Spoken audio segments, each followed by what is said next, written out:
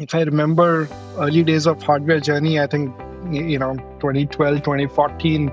I think India didn't have any kind of ecosystem with hardware, and also I think even from talent perspective, I think people who have built hardcore hardware from scratch was very less, and even fewer who would come and join a startup who's trying to kind of do something in this space. That from a consumer perspective, there are probably three core learnings. One would be what is missing, what is a misconception, and what is essential, right? These three buckets from a consumer manufacturing perspective. Missing is quite obvious. I think the vendor ecosystem, even for CNC, for example, something as basic as CNC technology, like the vendor ecosystem is not really evolved. If you think about injection molding, that still takes like 8 to 12 weeks. Prototyping talent does not really exist. ID is ID talent is very hard to find, industrial design talent, etc. And most of them wouldn't have worked on like electronics, hardware form factors. So all of that is the missing bucket.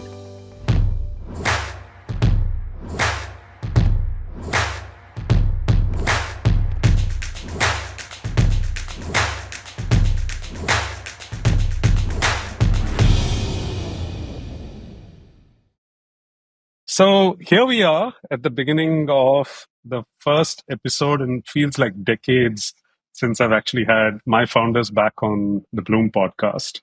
So welcome to a new episode of the Blume Podcast. Mohit Kumar from Ultrahuman, Akash Gupta from GreyOrange. Lovely to have both of you here. Just for the guests, I know it's taken a long time to get you onto the show. As I was telling you, it's been a while since I've gotten Blumiers on the show. We've had lots of luminaries, and we're waiting for the right opportunities to get some amazing founders. And this theme and what you guys are building at GreyOrange and Ultrahuman just made it like a perfect situation. So today I'm thrilled and privileged to welcome two extraordinary Blumiers who fundamentally redefined what it means to build hardware companies from India. So joining me are Akash, CEO and co-founder at GreyOrange, all the way from Blume Fund 1. We've been, partners in crime for like over 12, 13 years now. Mohit Kumar, co-founder and CEO of Ultrahuman, Fund 3 company, but we've known Mohit as well as a Fund 2 alum. He quickly came back with a new idea, and of course we had to back him. So more of all of that later. What makes their stories particularly compelling is how they achieved something that most people thought India just couldn't achieve, which is like building world-class, cutting-edge hardware product-led companies in India that now command global respect and market leadership. As someone in the team said, they've not just crossed boundaries, they've just erased them. So Akash, through GreyOrange, has revolutionized warehouse automation, building very sophisticated robotic solutions. But as the maxim goes, he's become a bigger believer in software eating the world. And the solutioning obviously is built around the original hardware, but now we're becoming a software giant as well in the warehouse automation space. And no less than giants like Walmart, H&M, Nike, they're all customers of GreyOrange in the United States and North America. And from writing the first lines of code in India to deploying literally thousands, I wish I could say hundreds of thousands, we'll get to that point, hopefully sometime soon. Those robots are running around in warehouses globally.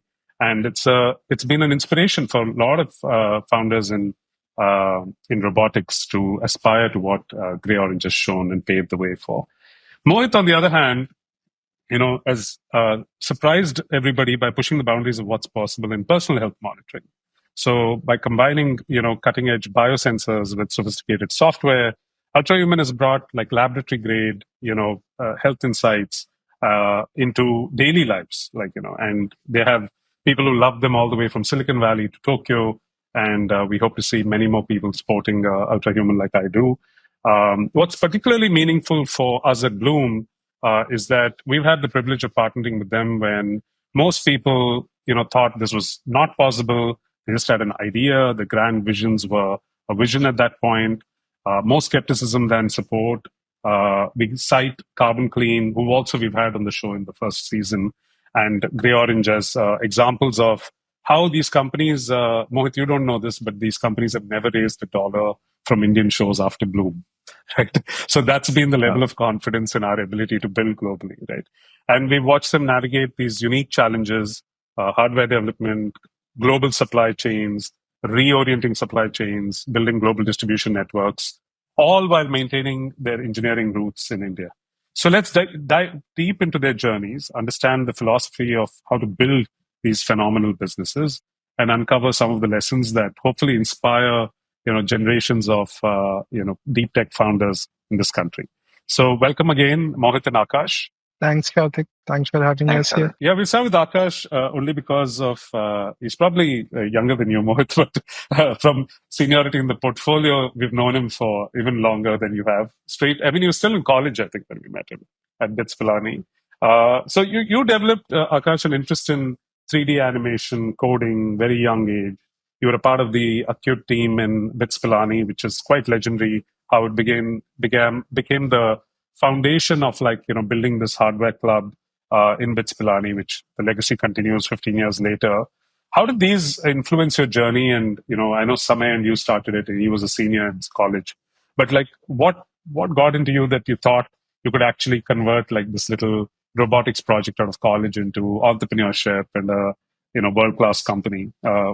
Just walk us through. I think these kind of companies will come more from college campuses. So speak to the young kids in were 17, 18 like you were, and walk us through that journey. For sure. Yeah, I think I would say in the very early days, it was just, at least for me, a lot of fascination on what you were learning, right? I think pretty much till your JE and coachings and then to coming to the college, right? The whole concept was you read books, you learn from books, and then, you write exams and you get marks, and that's it. That's pretty much what the learning process and kind of validation process looked like.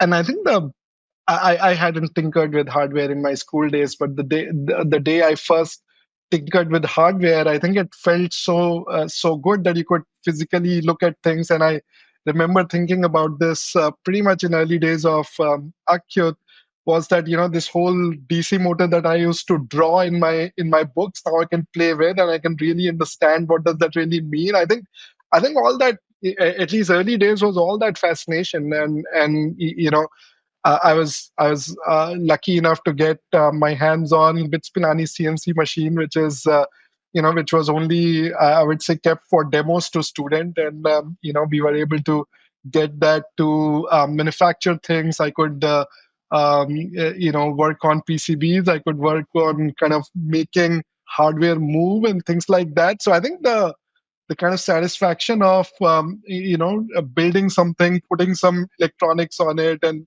coding something on it, and then getting it working, I think that was very, very fascinating, for me. And the amount of learning you would have to while going through that journey, I think so early days was all about that. And I think as we built Acute for a couple of years, and spend a lot of time in participating so many competitions all around the world, there's a lot of hunger around how do we now use this for a particular application for solving a particular problem. And this is 2009 2010. So I know humanoids are again back in the game, but 2009 2010 we were kind of building humanoids. They were almost a meter tall. And I think while the initial thought was, can we really do something commercial with that? And it was like, no, I think technology is way too early in the game to do that. So I think post then, both me and Samay were thinking, how do we kind of bring this whole software, hardware, the passion that we had in kind of bringing, and solving a real world problem. And I think that's all God is. And this was, again, we were doing this from almost end of my second year, third year in the college. So applying robotics and software to supply chain was almost like, I think, third or fourth gig. The first one was robotics education. Second one was kind of online robotics, e-commerce and likes of that. And third one was robotics for oil and gas agency, which we figured out in India is extremely regulated. So you can't just run a startup on it. And then fourth one was supply chain, and kind of that excited us enough to say, okay, yes, this is the industry that is ready for disruption. Also, again, supply chain in 2012 was not as sexy as it is today. It was still a very back-end function.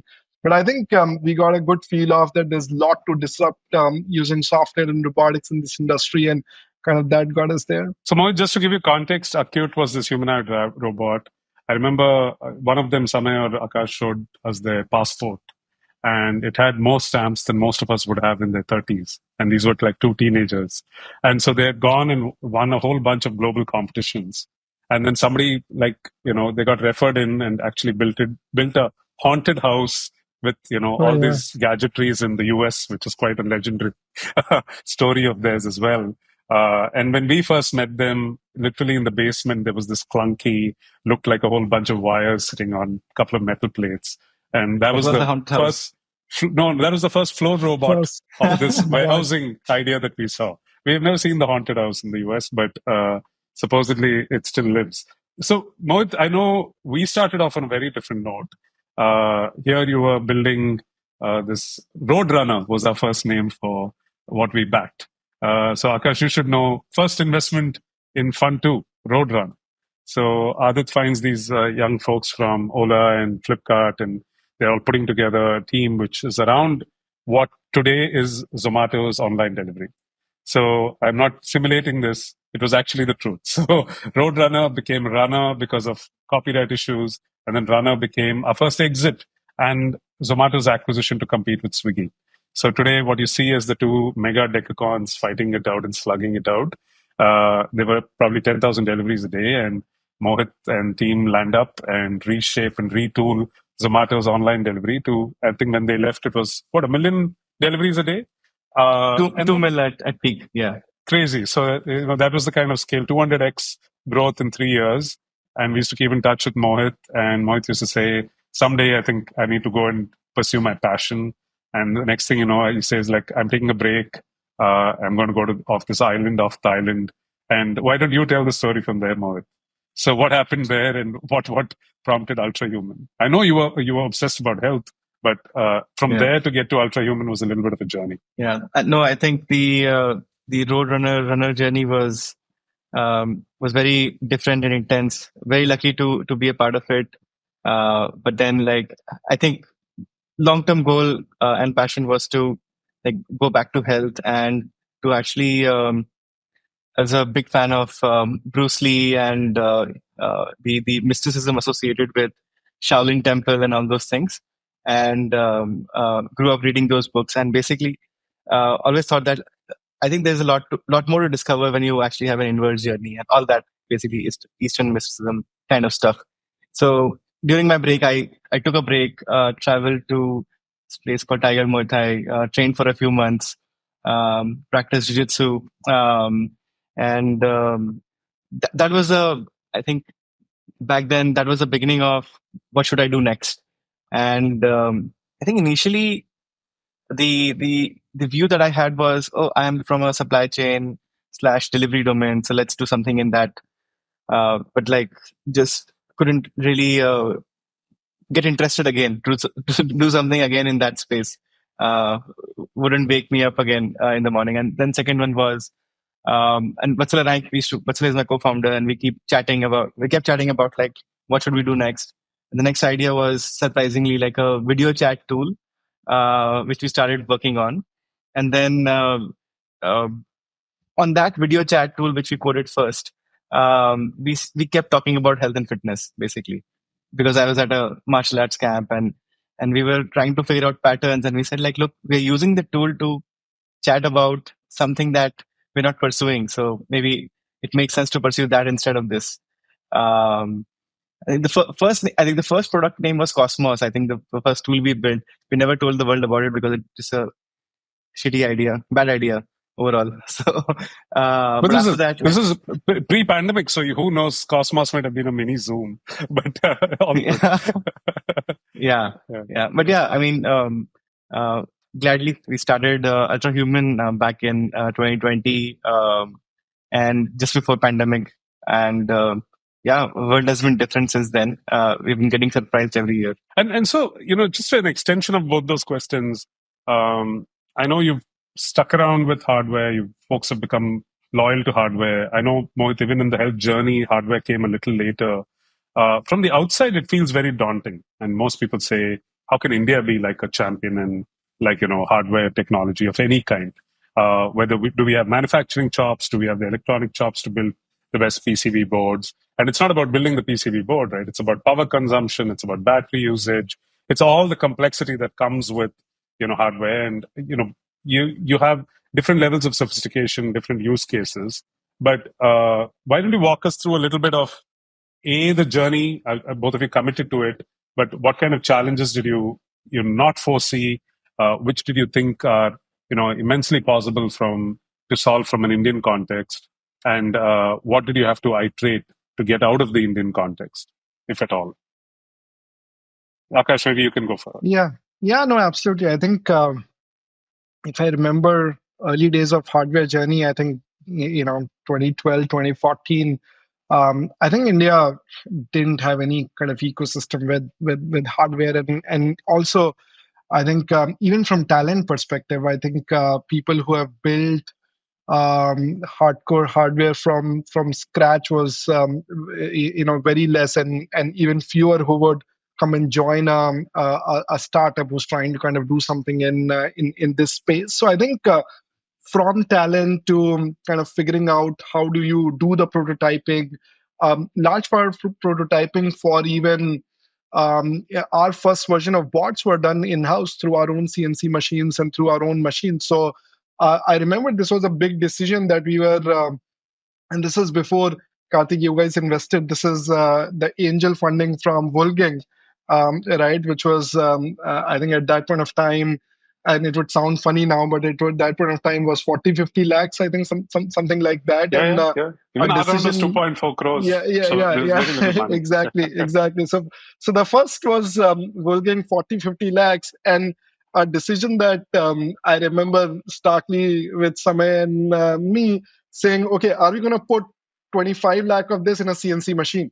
So you're going to take half of your funding and you're going to put in a CNC machine so that you can kind of do prototyping and things like that. So that was pretty much, I think Gurgaon or Manesar had an ecosystem, but that was only built for car manufacturing, right? So nobody was, entertaining a bunch of kids coming and saying, can you make, 3 parts of this for me? So I think in early days, a lot of this was done in house for us.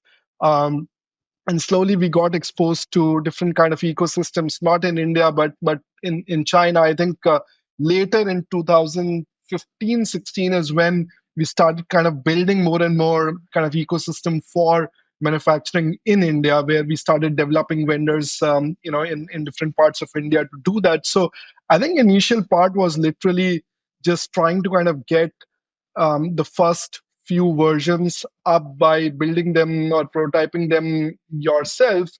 And I remember 2013, 14. We have done 3 sortation systems till then, right? And we are really trying to figure out, is this something that we should have done or not? And comes 2014, we get from 3 sortation systems ordered to 47 or something like that. And this was all the second big billion day. So it was like, everybody prepping for the second big billion day. So everybody wants a sortation system.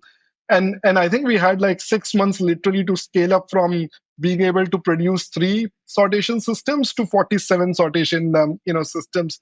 And that was the first time we thought of, okay, let's put a kind of assembly line ourselves and things like that. So it was, I would say, a lot of hands-on work that was done at that point of time. And of course later, when we started scaling a lot more on robotics perspective, we had more vendors. We still do assemble our own robotic technology. Whatever we do a lot of third party as well, but things that we do ourselves, we do still assemble a lot in our Gurgaon plant. So yeah, I think it was a lot of hands-on work, both from manufacturing perspective, but mostly for talent as well. Like we were, instead of being like 20-year experienced folks, I think we hired smart folks from college who were just kind of figuring out with us. Now, fascinating. So I'm going to touch upon a little bit about the complexity of the supply chain, talent, and also the gradual evolution from being kind of known for hardware to almost making hardware redundant as you advance, and why that's important in the evolution of a hardware company. You don't want to be seen as like, dumb nuts and bolts and smart engineering alone, but also what does software do to be able to change the trajectory of that hardware. And I think GreyOrange's evolution has been that, and I'll save that for a little later. Mohit, in your case, I know there was a little bit of a step function to get to what is today the ring, which you're most known for, but it wasn't your first product. This is not going to be a last product, I'm sure. So I know you're on the verge of announcing one. But when you think about hardware and you think about the challenges, what daunted you back then, and how have you overcome them today? And what gives you the confidence that you can go head on against a whole bunch of players out there, all different form factors, right? There are watches, there are bands now, there are other rings that you compete with. There are CGMs that you compete with. So where and how does that trajectory, how has it evolved so far, and how does it look going forward? Sure. So our journey was very much around looking at how do we get more of health data from the ecosystem first, and then I think around 2021 we sort of felt that that'll be really hard to do because all ecosystems in health are extremely tight and closed, and nobody wants to give you raw data access to in case of health, because once you have the raw data, you can actually train your own algorithms and you can probably build a better score of a better model of health. And access to raw data was emerging to be in some ways a competitive advantage. So somewhere around end of 2022, we decided that, or mid 2022 actually, that we need to own the full stack. We need to actually verticalize heavily and control the entire end-to-end end-chain experience. And this was actually weird timing for us because we're right in the middle of COVID. Supply chain was completely choked. Whichever supplier we were speaking to of components, manufacturers, basically vendors, and all of them would most of them would actually tell us that the lead times could vary from 6 months to 1 year to probably forever, depending on how the market shapes. We had heard of horror stories where everything was ready and the factory just shut down, so people can't really take the goods away from a Chinese factory. So because of all of these things, we, as a forcing function, we decided that if we have to control our future, evolve the product, further launch new products in the future, we have to do it ourselves. There's no other answer. Maybe it's the harder answer, but we have to learn the laws of physics and understand how does it really work. So we also got incredibly lucky back then because there was a company in this space available, actually a 2-member company. Both the founders were available. They were also pre-product, and we thought that maybe both of us two pre-product companies can combine and make a post-product company. Yeah, not a great plan, but then I think spent a few months figuring out what's possible in India. And I think I would define this from a consumer perspective, that from a consumer perspective, there are probably 3 core learnings. One would be what is missing, what is a misconception, and what is essential, right? These 3 buckets from a consumer manufacturing perspective. Missing is quite obvious. I think the vendor ecosystem, even for CNC, for example, something as basic as CNC technology, the vendor ecosystem is not really evolved. If you think about injection molding, that still takes 8 to 12 weeks. Prototyping talent does not really exist. ID is very, very ID talent is very hard to find. Industrial design talent, etc. And most of them wouldn't have worked on electronics, hardware form factors. So all of that is the missing bucket. From a consumer perspective, I think one key difference would be that the chase for finesse is also missing. For example, the common example that I keep giving is that when we started making rings with mirror finish, most of the vendors would be perplexed that why would you need such a robust surface, which is made of tungsten carbide and still sort of be like a mirror finish device. Like, what is the use case? Because most of them in their lifetime had actually only made drill bits for such a hard surface. And we had to show them the final product to make them understand that this is what we are trying to make. And then it got easier, obviously, once they understood the vision. This is the missing part. The misconception, and to some extent, like you can say that this is very commonly said that, oh, you can pick a product from China and you can modify it and label it in India and actually sell it. To some extent, that's which a lot of copycats are doing today with your product, right? Yeah, so I think it's possible across any category, right? I think the way to understand this would be that in our category, when people are paying $300 and above, or in any category where people are paying for not just the product, they're paying for the software, the hardware, the integration, the upgrades over time. They're not just buying that one product and that one price. They're buying a journey with the company. And if a Chinese company or a manufacturer was able to make a journey for the customer, they don't need you. They would actually replace you, which is also happening in a lot of categories now. So in our category today, at least today, what's happening is that a lot of these companies are incredibly efficient at really making that one device 70% cheaper with that one set of features. But the moment you add upgrades, iterations, software changes, product changes, design changes, new version launches, then the cost structure is actually higher than, or is less efficient than yours.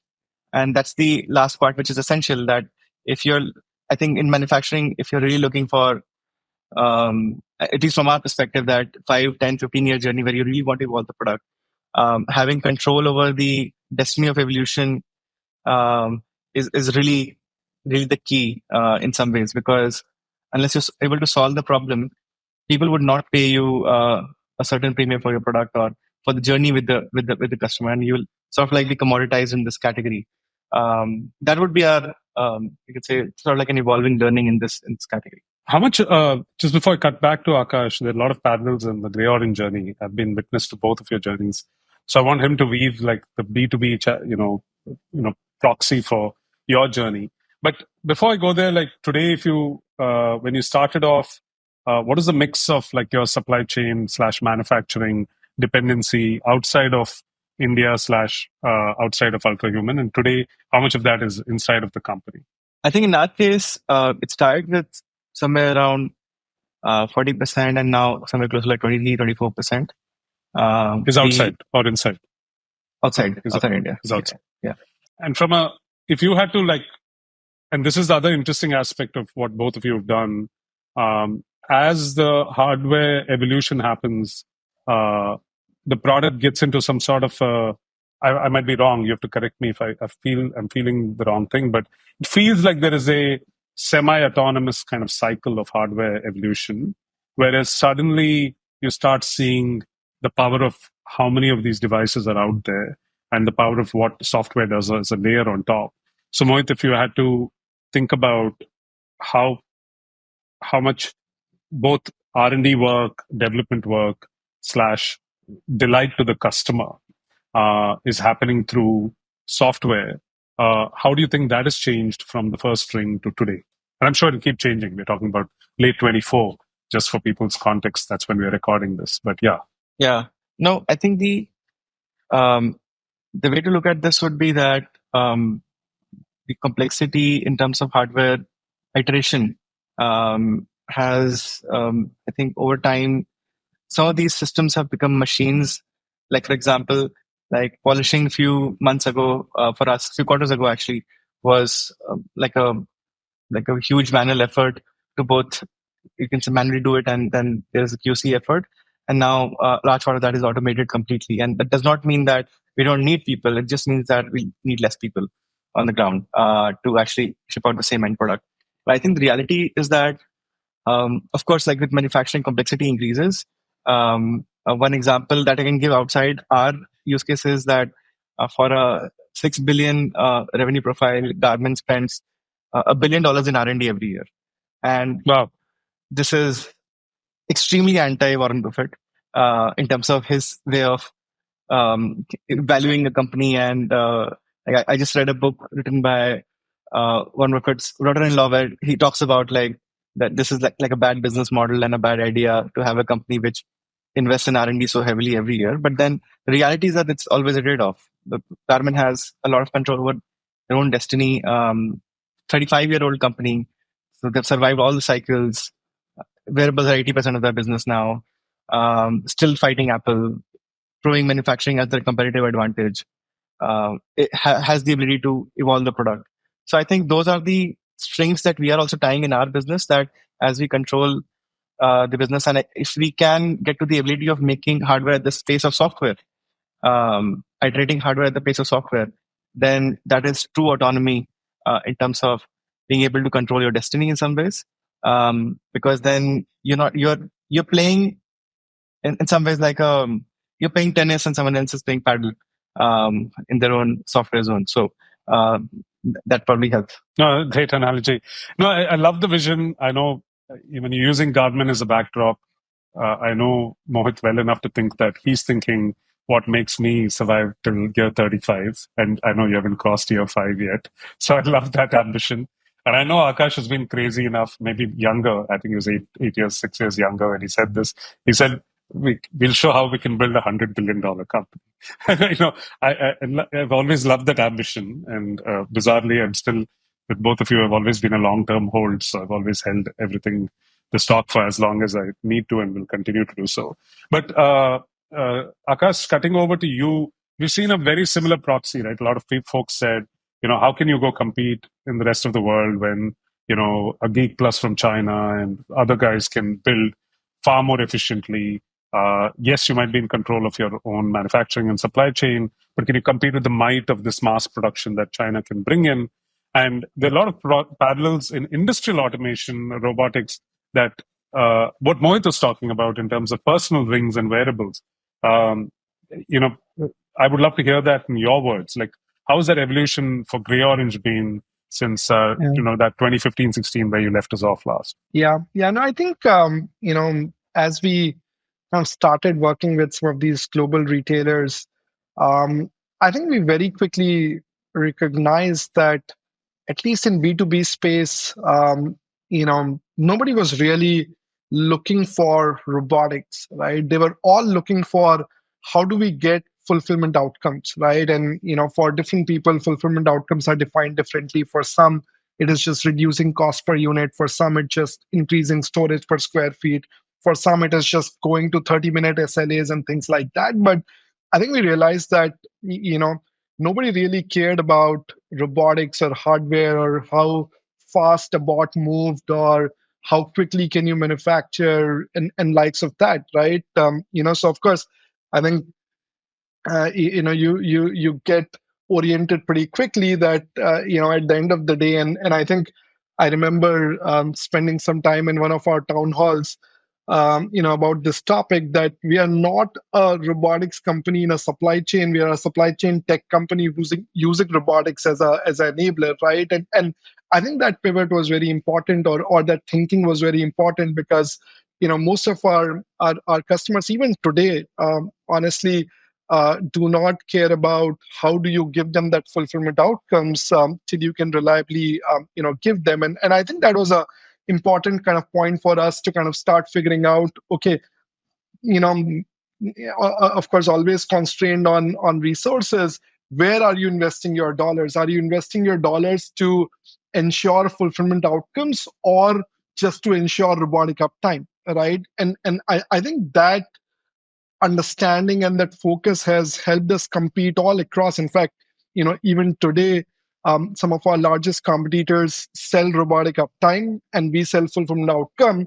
And where it really matters, we beat them all day long, because at the end of the day, that's what customer is looking for. And of course, I would say this journey is harder, and this journey is, I would say, more time taking. But at the end of the day, at least we believe that it is going to be a lot more long lasting, because at the end of the day, if you are really creating that kind of value with your customers, that's what gonna kind of keep us for the long haul. So I think that's how at least we have evolved, from the thinking of 2014, 2015.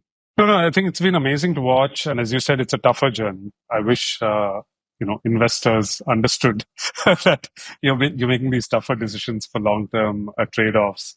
But it's a cruel world out there. Everybody wants instant outcomes, and we lived through a bull cycle where everyone was more, driven by what happens next year and the year after, not fundamentally seeing that you're actually trying to shift, a conventional thinking and the way you think about. That's not, as you rightly said, no CEO of H&M or a big retailer in the US really cares about how the bots look or how sexy they are or what color they are. They're interested in all the metrics that you said, and that's the only way to measure the success of your product. Um, you know, in that vein, I think it's a nice time to switch tracks.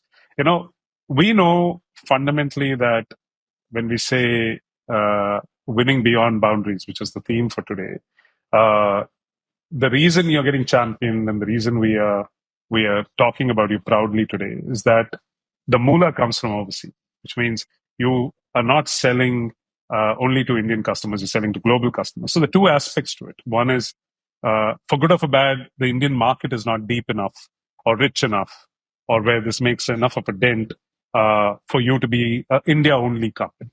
But yet, both of you, that was your testing ground, right? Whether you started with sortation systems, Mohit, whether you started with selling the first rings or the first apps or the first CGMs in India, versus today, probably 90% plus coming from global markets.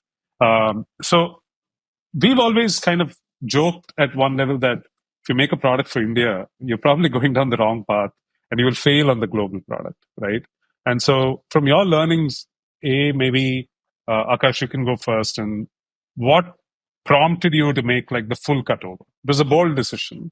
And maybe, I know of the GXO deal, but maybe everybody doesn't. Maybe that was the pivotal point, maybe it was something else. So, when do you make the call to say, I love my country, but, it has to wait for me to conquer the world. And it's more important to take this kind of cool engineering and technology to win the world markets rather than India. Yeah, I think at least for us, it happened in two switches, I would say. And I think we could have done it differently and better as always. The first switch, just taking from the sortation journey, we did these 4750 sortation systems, and that's it. We had sold a sortation system to anybody and everybody who could buy sortation system in India. Literally, from every e-commerce company to every logistics company to literally there was nobody left to sell sortation systems in the company in India. And I think that was the first point of realization that that is literally the market which can kind of adopt automation.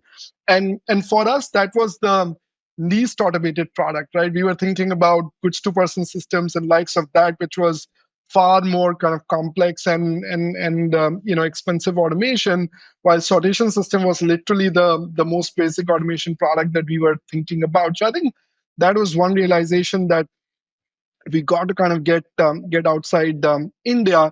But also I think there was this passion to serve Fortune 100 brands. I think we were very, very passionate about how do you, what does it look like to really kind of work with these world-class brands who are kind of defining the industry and likes of that. So there's a lot of, I would say, fascination around, this whole thought process. And I remember, having these discussions with the team and somewhere that I think the best way of conquering retail is to go and get top 3 brands in each vertical, and you're good. Like that's pretty much what the entry should look like. So I think there's also a lot of passion and fascination around how does the best look like, right? And what does it mean really to work with best in the world and likes of that. And I think we were fortunate enough to kind of get to the point where we did start kind of getting that kind of exposure. But yeah, I think that decision was fairly clear after a couple of years from 2015 to 2018. We have wandered around pretty much across the globe, starting from Japan, which was like, I would say, one of the toughest call that was taken. That okay, let's target Japan as as a country, and that was one of the most, I would say, learning years that we have had in our early days of 2016, 2017, because kind of the expectation for quality, the process, the attention to detail, all was like at level 11 from where we were. So very very hard 18 months, but I think pushed maturity of organization thinking a lot in those 18 months. And I think that was a good milestone for us to say, okay, what does the next stage looks like? And I think the first time we kind of got an understanding of US market, I think there was a lot of clarity that the best returns we could get on dollars invested is in US. So I think for us it was a pretty I would say hard pivot. It was not a slow pivot. If you look at till 2019, 0% of the revenue came out of US, and today there's no revenue coming out of India. So it was a fairly hard pivot. So you're pretty much building from scratch in a region, but it grew like 10 times in 3 years than what India grew in, like, or India and Asia grew in like 7 years. So yeah. I think, Mohit, thanks to folks like GreyOrange and many other companies which were targeting globally, you guys were much wiser by the time you reached there in 2020, right? You knew that you wanted to build like a sort of a world-class health company from day one. India was more like a playground to test. But, you also knew you were up against, in every space that you were getting into, you were up against, existing competition. And yet you went and said, we can beat them. So what gave you that courage? And, was it like a foregone conclusion, or did you guys plan about like how to go to these overseas markets?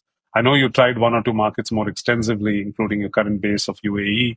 But what what are the challenges been putting a consumer product globally? I mean, I think Akash did or GreyOrange did something very interesting. It just like pivoted almost 100% to the Western Hemisphere because they had to focus all the resources on one market. And here you are shipping rings to 150 countries, right? So it feels like day and night when you think about the same idea. So I'd love for the audiences to hear what goes into that kind of thinking as well. Now, I think even though we started as with the aspiration that we want to build a global product, I think it did not hit us till 2022 when we were growing at maybe like early 2022, like a slowish single digit annualized million run rate, a few $1 million run rate. And we're like, I think and with my team, we were just looking at some projections and looking like in the next 6 years, this is where we will reach, and this is what the category will be. And I think one of our team members just said, like, look, like we will actually turn pretty old by the time we will do $1 billion in revenue. That doesn't sound like a good plan. And it's like, how will you live life if you like basically just spend all of your like best years of your life just solving this problem? So how do we accelerate this journey? Yes. And that day, I think one realization that came was that we were uptight and overthinking on two levels. One was on people, and second was on distribution. We are like, oh, this playbook, that playbook. This company is learning, that company is learning. This is how the conversion funnel should work. All that marketing, Gyan. This is how performance marketing works, etc., etc. And somewhere around 2022, we just said, like, look, let's try something different. That different would be, let's go all out on distribution with one guardrail, which would be no performance marketing and no like every transaction we should make money. That's the only thing. And now with that constraint, let's do whatever we can, whatever geography, whatever retailer, whatever distribution channel we can go for, whatever languages we need to ship the product in, let's do that. And let's see what happens, right? And then what we said was, with that, the the bar on people should be higher, because while distribution will go up, we could lose sight of people, and then basically both the things going off control does not really make sense. So we lifted the bar on people, but actually, in some ways, stopped thinking about distribution as a planning exercise, but more as an action bias thing. And we went after retailers, Walmart, Costco, Best Buy, Verizon, shipped them the products, got them to test the products, launched countries like Thailand, Vietnam, Indonesia, Malaysia. Basically, there were a few countries which we did not really know are countries as well. When we started shipping products to them, we don't understand the regulations. Shipped the product in 23 languages. And basically, and I think the thinking then was that every $5,000 increment in revenue actually matters, because it's just another language, but then it's monthly $5,000, and it's coming at a decently good margin. So that was a lens that we took, and we kept reminding ourselves that we decided that we will take up this mess of brand distribution and then building backwards from there. So let's see what happens. So I think that you can say in some ways, less uptight thinking about distribution, that it should be a global product sold everywhere. If it's a good product, every country, every consumer should want it.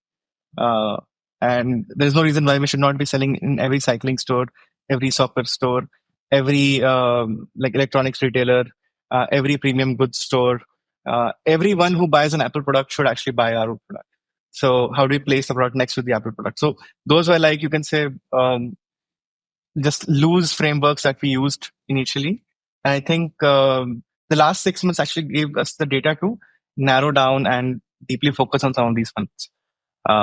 That here's what's really working, and then just double down. But everything else also helped. It's been amazing. I mean, again, just for everyone's knowledge, at one level, now Mohit, your products sell from Costco, which is like, gold standard of, membership-based retail in the US, to SoftBank launching you in Japan. And I know if Akash had more resources, he would conquer Japan too. But he's it's interesting. My wife, amongst others, when we go abroad, we used to walk into COS and other stores. They're two brands, and I landed for a board meeting, and I said, Akash, and somewhere I still haven't seen like a GreyOrange full-blown warehouse in operation. He said, H&M are our best buddies. They'll show you one near Princeton in New York. So I went there, and we landed up there, and every package is COS and other stories. There's the two luxury brands of H&M, which I wasn't aware of. And then it hits you. It's the only North American warehouse, and it hits you. Everybody who's touching a package from COS and other stories in all of North America was served by a GreyOrange bot. and it's a fascinating thought when you walk out of that thing and say, wow, like, everyone who's touched this brand is basically touching what their bots touched. And that's when you feel like a sense of immense pride about what Indian engineering is doing globally. And similarly, I know we'd like to change that order and make 3 out of 4 answers Ultrahuman soon, but we'll get there. No, I think you both brought up people, this culture. I definitely want to touch on that. I know the Bits Mafia and GreyOrange in the early years had like their own hacks on how to build talent. I mean, this talent wasn't available. So it was almost like GreyOrange was like a GreyOrange Academy of Robotics internally. And that must have changed, Akash, like it's, 13 years since or 12 years since. But the 2-3 things, how do you get a set of people sitting in Gurgaon to be able to see that vision, understand this level of sophistication that the American customer needs, and be driven to wear this badge on their sleeve proudly that we are actually building the best product in the world. It's not trivial. I mean, you can say that you can get inspired and you can put them in a lab out here, but how do you guys do it? Are there any tricks that young founders can learn? Because without that, I don't think you can build world-class products. Yeah, I think at least in the initial days, what I always see, there's like 2 or 3 phases of building teams and cultures in the company. We've gone through back and forth on phases as well. But the first phase where you're trying to kind of build your first 20, I would say the only magic trick is spending like enormous amount of time with that group of 20 people. Like, I remember at least 2012 to 2014, 15.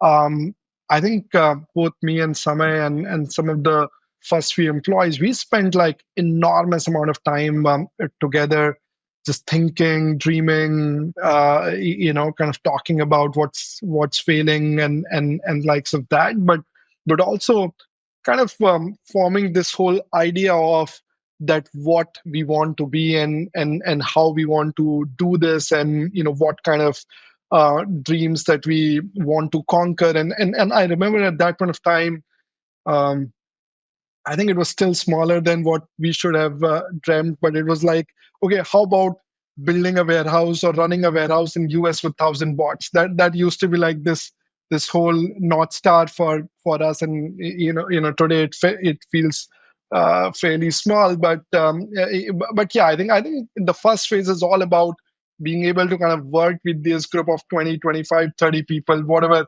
And maybe scale has also changed a little bit between 2012 and now, but building that group of first people. But I think there is no magic trick but to spend, just founders spending enormous amount of time just talking, thinking, dreaming together. I think that's and I think um, there's a bunch of things that we did not do right, but this is something that we did do right. I think the first group of 20, 25 people that we had at GreyOrange, and the amount of time we spent built a very, very strong, foundation for us in terms of the journey we had to see ahead, right? Challenges and all kind of still were very possible because this team was very, very connected with the vision, with the thought process and likes of that. So I think that's the first phase I'll think about.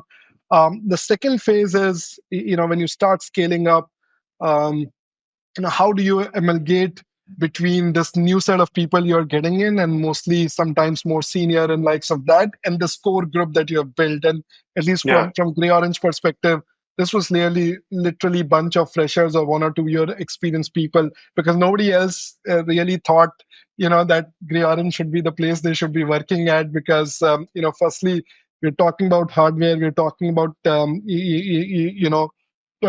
getting to Walmarts and H&Ms of the world, and likes of that is like, okay, too risky, too early to kind of think about these things in 2013, 2014. So it was literally a bunch of freshers and 1, 2 year experienced people. That was the core group. So second challenge is always about when you're kind of bringing that next 100 people, how do you amalgate that, right? How do you make sure that everybody in the core team is comfortable and likes of that, and now not getting kind of worried about, okay, how are they going to kind of work with this group set of people? And there's no right answer there. I think you just need to be very aware of that there is a dynamics that's going to happen, and you're going to kind of start figuring this out. How do you kind of make sure that everybody feels comfortable?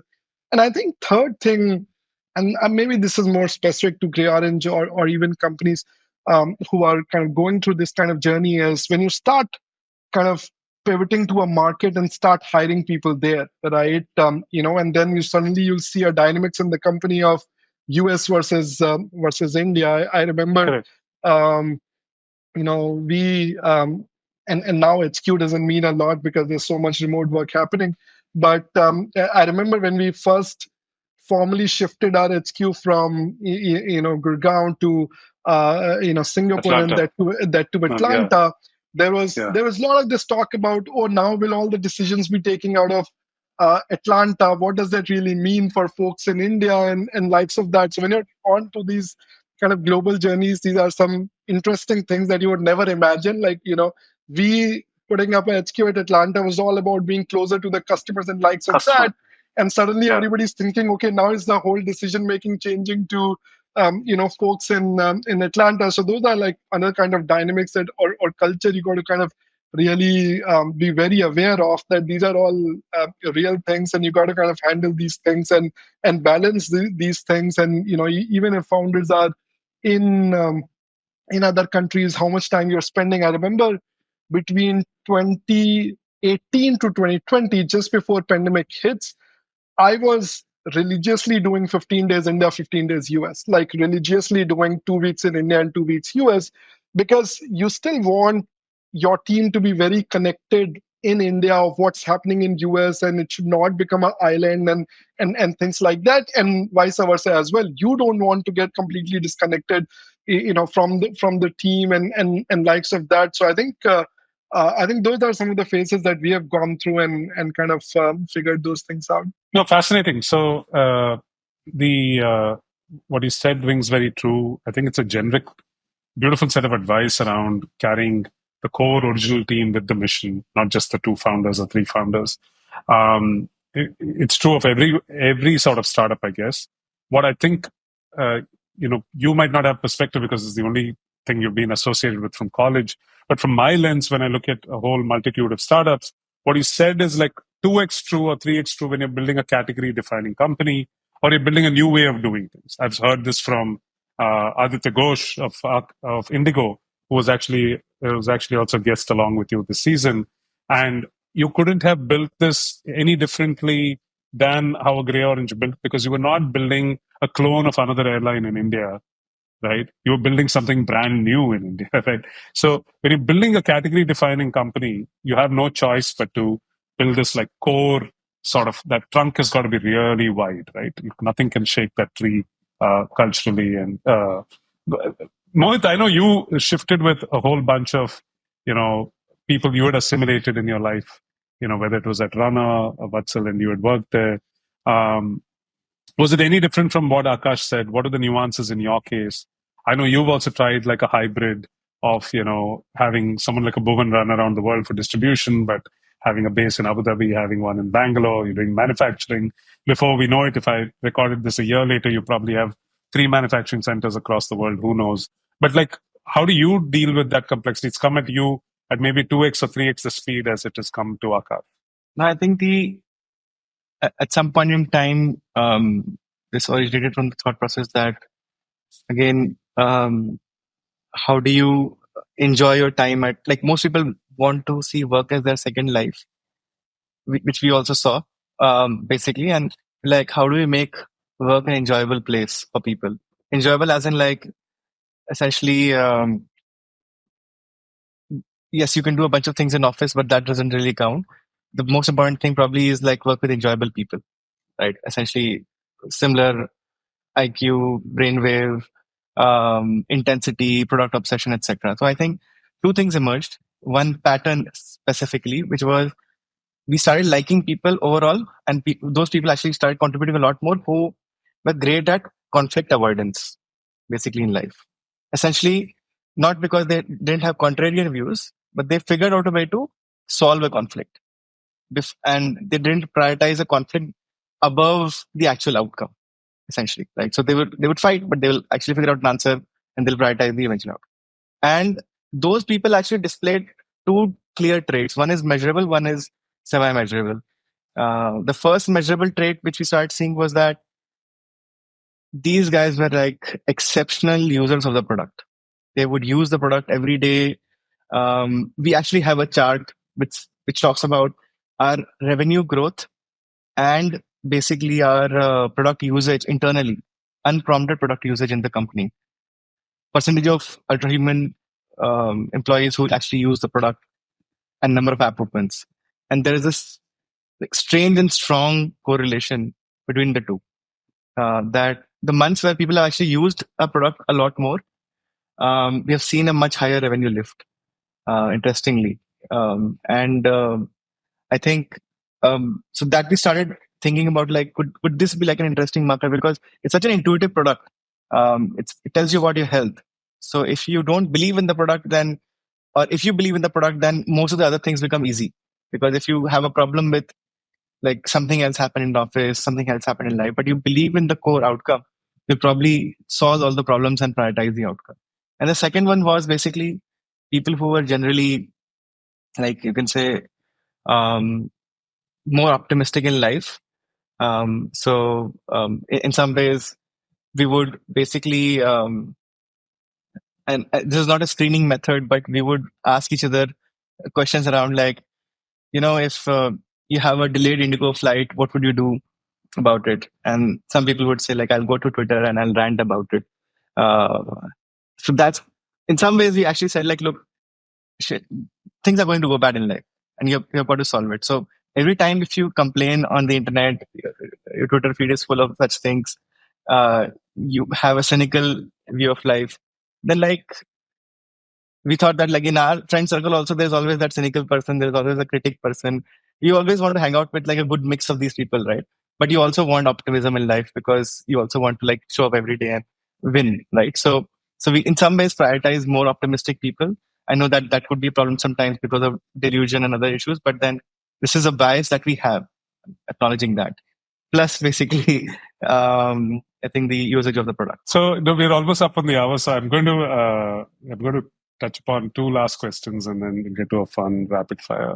Uh, One of them is about, obviously, you guys are pioneers in your own fields. I'm hoping that this episode ages very well. We'll be sitting in 2030 and looking at, even bigger stars of like what we set out to do from the last decade to the middle of this decade. But and therefore, I know this, Mohit. I know you've begun to angel invest, and I've started seeing the first spinouts from Ultrahuman. You guys are an inspiration on one theme. GreyOrange has been fascinating on the other side, right? Plenty of hardware companies see them as like early role models. We've been requested many times to have Akash Samay on, as angel investors, so that it's a way to give them a call when they need them. So I think almost every hardware company we did in the last 6-7 years, I think they have a small check, or one of them has, or something of that nature. So, and I know you folks would love to give more time and more guidance. But on this journey specifically, not generic entrepreneur founder journey, but if you were advising a young version of yourself trying to build the new sort of, new cool hardware linked, I would say these are not about building hardware companies, but taking on these massive global problems and saying we can do it from India. What advice would you give, and what would you do even earlier than what you both have done? Just one or two points. Whoever wants to go first. I think the first one I would gain, I think given Mohit gave it earlier, I think stop overthinking. I think it's not. I think it's not hard as it looks. You can get your hands around it way quicker than what you imagine, right? And also, I think building a hardware startup or hardware inspired startup out of India doesn't mean that you got to, I would say, source everything from India and things like that. I think you have global aspirations. You got to have global aspirations all around, right? If you got to manufacture in Mexico, you got to manufacture in Mexico for US market. That you shouldn't be kind of worrying about that. So I think those two things, like, stop overthinking as soon as you got to get your first prototype. And in hardware, actually pretty much opposite to software, iterating faster is even more important, because um, once you put something in out there, at least in B2B space, once you put 10,000 bots out in the market and you have to do a ECN or a recall, that's like it's something that you really will have to think about. Will you survive that or not?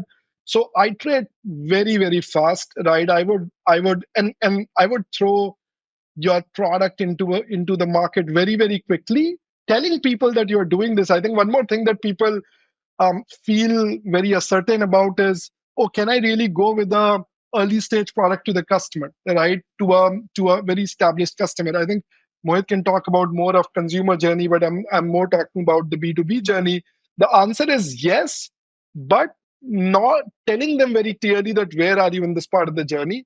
And if they are ready to kind of accept a newer technology and work with it, that is the right customer. Not everybody will do it, but thinking that you will perfect the product, like, you can never ever perfect a product in the lab, right? There is always so many new learnings that you will get to the customer. But I think this is a mistake we also did early on, and we always used to thought, oh, how will a customer buy a unfinished product, it's like, that doesn't seems right. But then we realized that no, there are customers who are ready to kind of innovate with you. You can go to them, be super transparent, and they will build with you, right? Because they want to kind of innovate and do something together in likes of that. So I think those are the two things I would think about. Mohit, anything from you? I think all the things that Akash said, especially on the speed to market, make a lot of sense. But two specific things could be: one is maybe I would have learned to code faster, or learn to look at actual code faster. Um, in Ultrahuman, I think Meaning like that has building the software layers even faster. Is that what you say? no. I does that think you yourself looking and understanding how the code really works. And I Reinvent realized that yourself as a founder in this space. yeah, so I think I realized that it's not like you need to code to ship faster.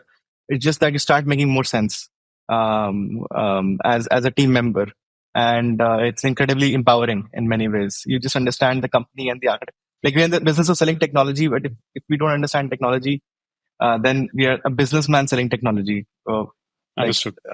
Yeah, so that would have been one learning, and I think the second one would be, I think to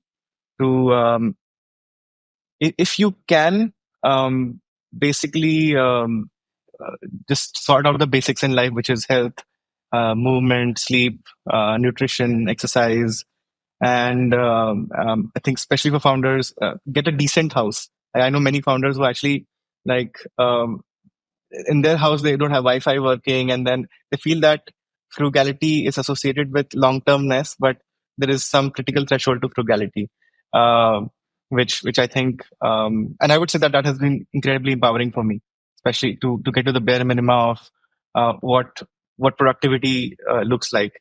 That would be, I don't know, maybe like something that I would do much earlier in my life. Great advice. I obviously haven't given you guys enough time to quiz each other. Was there a question you were dying to ask each other? And I know I asked all the questions, but any questions that you have for each other? I have one. Yeah, go ahead. Go ahead, Mohit. I have a lot, but I'll stick to one. Okay, go ahead. Yeah. No, I think one would be on the specifically on like Walmart sales cycle. How hard or difficult was it to like work with some of these giants in the US market? Because I think we keep joking that like the kind of DD that some of these guys do on you is incredible. Like in the amount of depth that they have in terms of understanding not just the company but you as founders, and understanding your financials and going deeper and deeper and deeper with your journey. Yeah, I think any Fortune hundreds, and of course these are some of the Fortune ones and twos that we are talking about. The journey is always harder, needs patience, and I think it needs um, a good product. I would say, the whole thing is that no good marketing can make the cut, right? The reason because they all go deeper in is because they really are looking for, is the product good, is the product real, is the team good, and likes of that. And then, at least in B2B space, at some point of time, you also have to decide, because the amount of influence they will have on your thinking, on your roadmap, on your bandwidth itself, right, is gonna be huge. So I think that's a decision a company needs to take, right? But once you've taken that decision, I think it's just making sure that the core product, the value proposition you're giving as a product is good, and you can stop kind of spending a lot on marketing and likes of that. The kind of DD and kind of detail, I would say, conversations you would have will cut through all the marketing, and you will be at pretty much, is the core value of the product really making sense? And they would be thinking long term, like, it's not something, okay, let's just quickly do something. Does it really make any difference for them in 5 years time frame, is what they're thinking. They're not thinking that, okay, let's do something very quickly. Your question, Akash. Yeah, I think it's fascinating to understand what does the talent in India for hardware look like today for you guys, like 2020, 2024. How have you guys been thinking about the talent? I almost think I need to kind of step back and learn a little bit how India ecosystem has evolved to kind of think about this. I think I'll divide this into three specific layers. So one would be firmware, second would be production engineering, and third, I could say more around supply chain and logistics, all those things, right? Mm-hmm. So supply chain logistics, I think we probably have like 70 to 80% now, given the fact that India has seen chain logistics of some version here and there. A lot of supply chain logistics guys have moved back to India, start their own companies, are getting into B2B manufacturing. So that talent is now, like compared to 3 years ago, a lot of density now. Um, the next layer, production engineering. I would say that probably the area where you have people, but basically they don't yet understand for a consumer company what's required, and what kind of finesse, what kind of speed. Why do you need a yearly release cycle? Like we get this question on our production floor that, boss, every year one version, why? It hurts your P&L, doesn't make sense, keeps us busy. Most companies we have worked for release one product and then they keep selling it forever. So what does it mean to making a new product every year? And I think that mindset is different, because I mean, essentially, you're trying to create an experience, and experience cannot only be looked at from a physical product perspective, because a physical product is not the outcome; it's just an enabler of an outcome. So I think that talent generally, I would say, is there, but it needs a lot of coaching. It needs a lot of coaching in terms of speed. So in terms of parallel processing, in terms of trying multiple experiments. Many of them actually come from space and defense background. And again, there's a lot of overthinking problem in this specifically. But also, like, I would say that a lot of incredibly talented people getting paid very, very less in India, extremely, you can say less in India, but with coaching, they could be truly world class. That's the second one. Third one, firmware, is very, very early, I would say, exceptionally early. We are, I would say, probably at 1% of where we should be as a, like most people, most application developers are emerging in Ruby on Rails, Java, maybe some Python guys, many Python guys basically, but like C, C++ understanding of actual system design, power efficient systems, firmware release management. Those are the things that we have had to grow in house in a painful way. So I would say that 1/100th of where it should be. Wow. So I think it hasn't evolved because a Akash lot is smiling actually. because he's saying I went Yeah. through the same thing. Yeah. Actually, this whole problem statement of why releasing a version, and we were releasing every 18 months, and and our folks were coming from car industry, which is like a life cycle of 10 years, right? And they were like, sir 3 साल में तो prototyping ही होगी, आप क्या ही बात कर रहे हो, आप 18 महीने में रिलीज करने की बात कर रहे हो. So yeah, it's amazing that things haven't evolved a lot. Actually, these were exact same questions that we were answering. These were exact, like, we built our own firmware, like the Bitbucket or for firmware, because we built our own releasing mechanisms and OTA mechanisms for firmware and likes of that, because we had like 5 different firmwares in the bots, and there was no real tooling available to quickly synchronize those 5 firmwares and ship them to the bot and do over the air firmware upgrades and things like that. So I think we have a lot to still do to kind of get this right in India, because this is still something that things haven't evolved. But one would think, just on that note, one would think, like with all these, you know, GCCs, some of this should be getting ported to India today, right? I mean, there's supposedly a couple of thousand GCCs. There must be some companies that are actually shifting this kind of talent or nurturing this kind of talent in India too. One would think. And on your production cycles, etc., maybe Foxconn finally setting up monstrous outfits in India might help. They have to be on an Apple timeline from here on, right? Which is also not there in India. I mean, Apple almost didn't do anything. But Karthik, it is, yeah. I don't think Foxcons will help.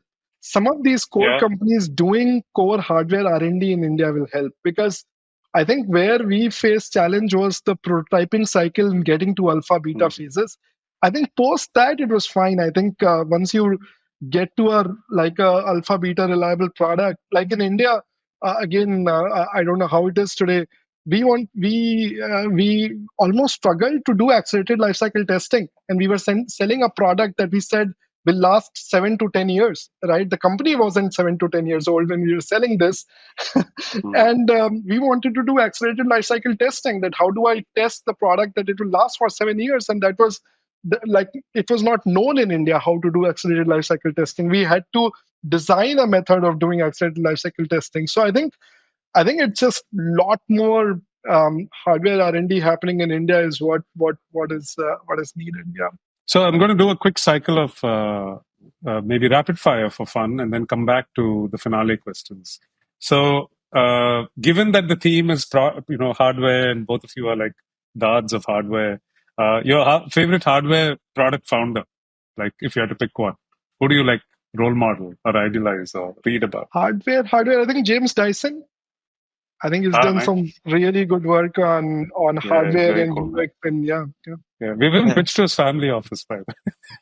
That's how good of a businessman he is.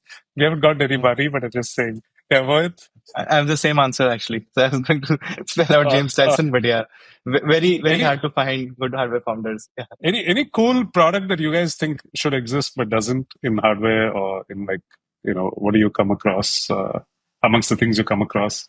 And both of you are geeky. You go to hundreds of stores. I know you're building some, Mohit, because you don't think they exist, but still. Okay. Yeah, at least for me, I think I've been just imagining faster planes. Like, why does it still take 10 hours to go from New York to London? It's still very, Akash is very challenging for me. Yeah. I need to fill those passports faster.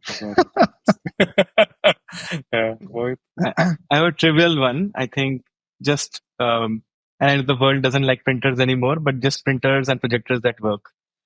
Someone should just make one system. Don't work. Yeah. Refuse to buy them because they don't work, and we fight about it. No.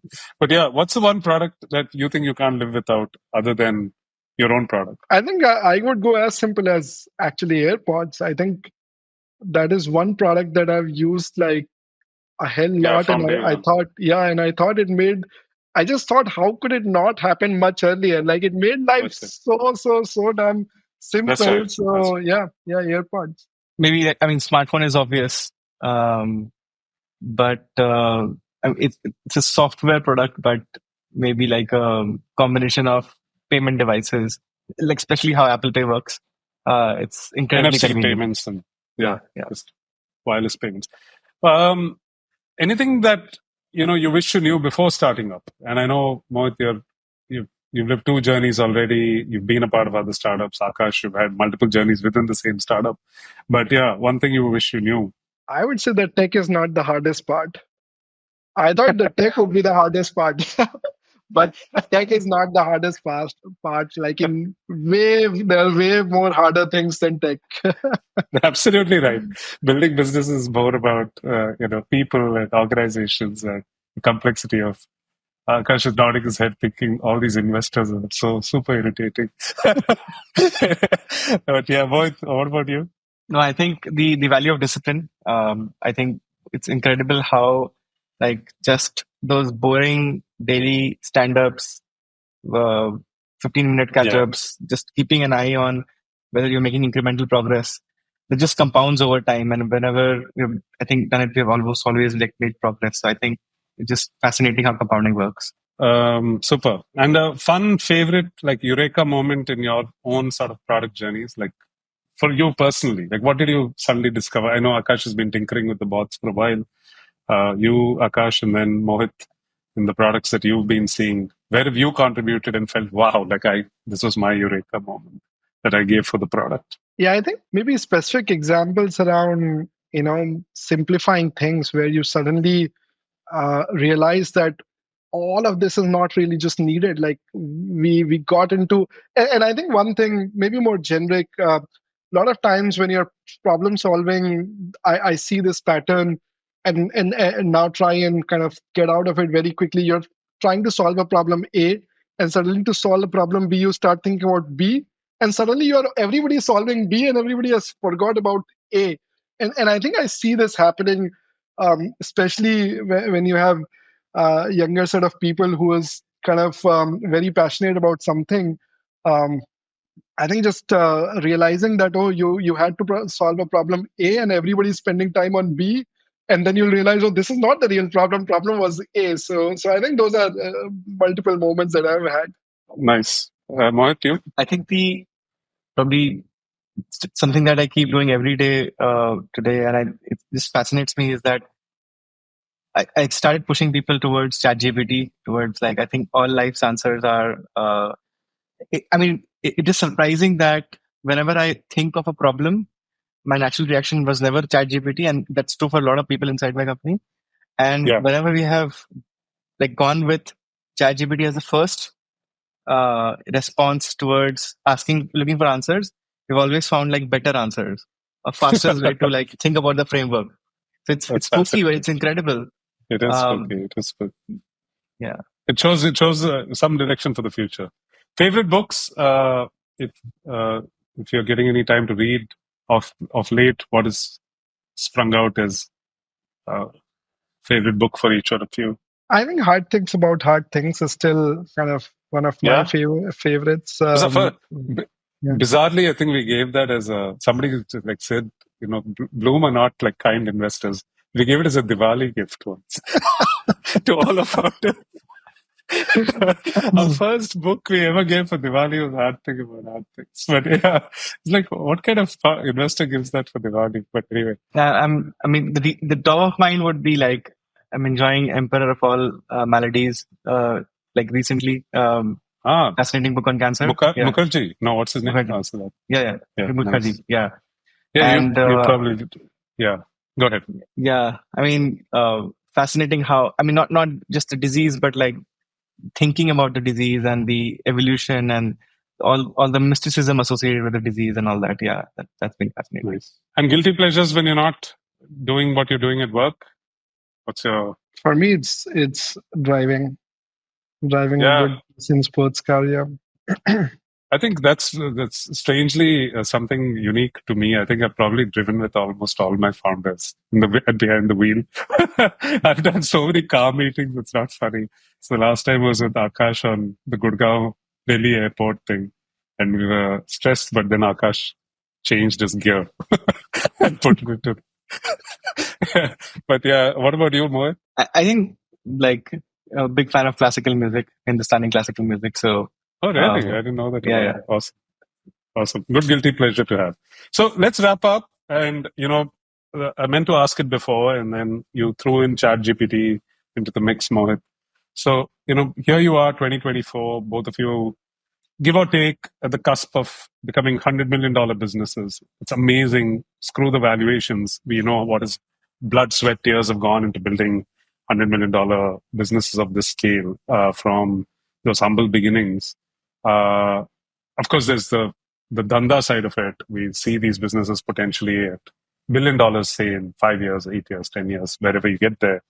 But more importantly, like if you had to take like a futuristic stab at where the world is going, apart from what Elon Musk dreams for the rest of us, what would be a fun futuristic description of where you see all of us in 2030 or 2035? And it could be from your industry lenses, like, what's the cool thing about, shipping and warehouse efficiency that you see, Akash, or health that you see, Mohit, would be very cool to hear. It doesn't need to be in your respective industries, but I would love for you guys who saw the future 10 years ago, 5 years ago, would love to hear a view for our listeners today before we wrap. Yeah, I think at least, if I think about this more from what we are doing and what we have been imagining, we truly believe that the overall experience for consuming kind of goods, right, is something that's going to evolve very, very quickly, and this is something that I think while e-commerce changed a little bit of the experience of consuming goods, there are a lot of transactions that happens between a consumer and a manufacturer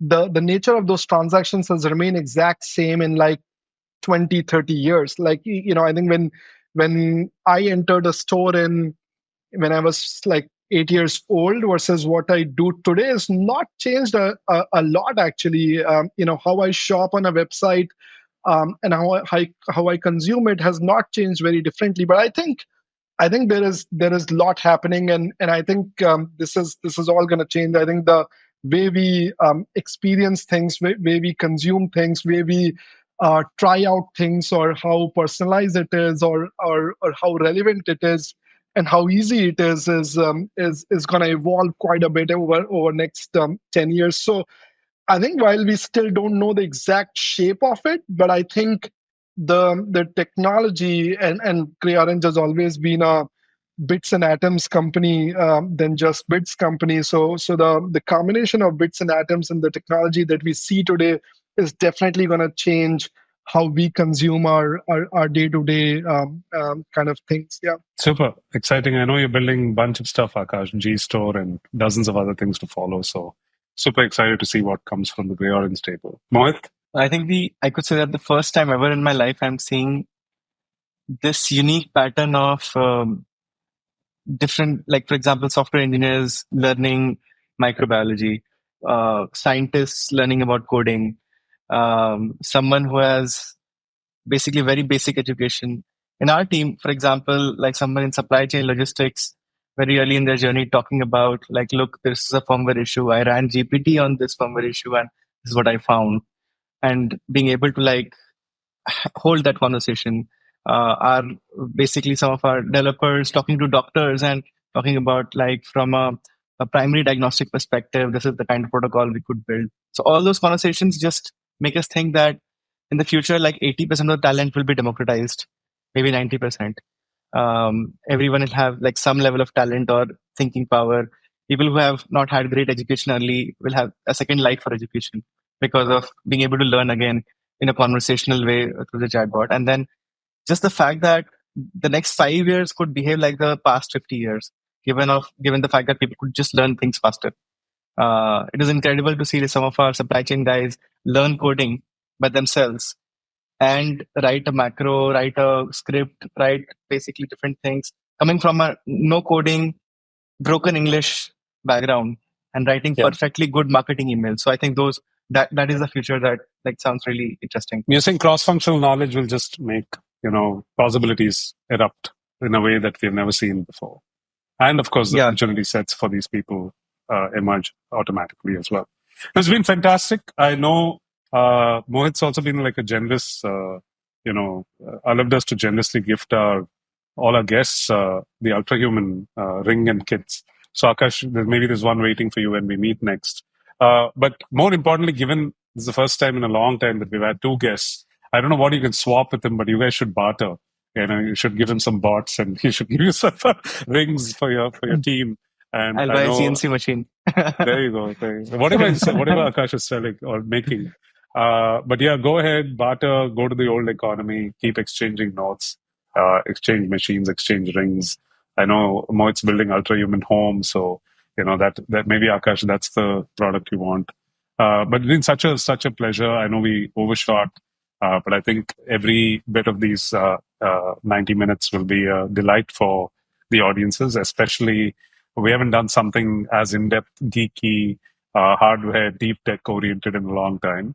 And India's bustling in every corner with founders who want to be at the cutting edge of the kind of things you guys are making. So thanks for inspiring, thanks for leading, thanks for being the first of those examples from India, and many follow, and may you guys continue to lead with the beacon into the next decade. Thanks again, Mohit. Thanks, Akash. Thanks, Karthik. Thanks Mohit. Thank you so much. Thank you, Akash. Thanks for the opportunity, Karthik. We thank IDFC First Bank for being our annual partner. IDFC First Bank is deeply engaged with the startup community in India. Their commitment to fostering innovation and supporting entrepreneurship has made them a valuable partner in the growth journey of numerous startups, including many, many Blume portfolio companies. This partnership helps us in a mission to back the next generation of revolutionary founders in India.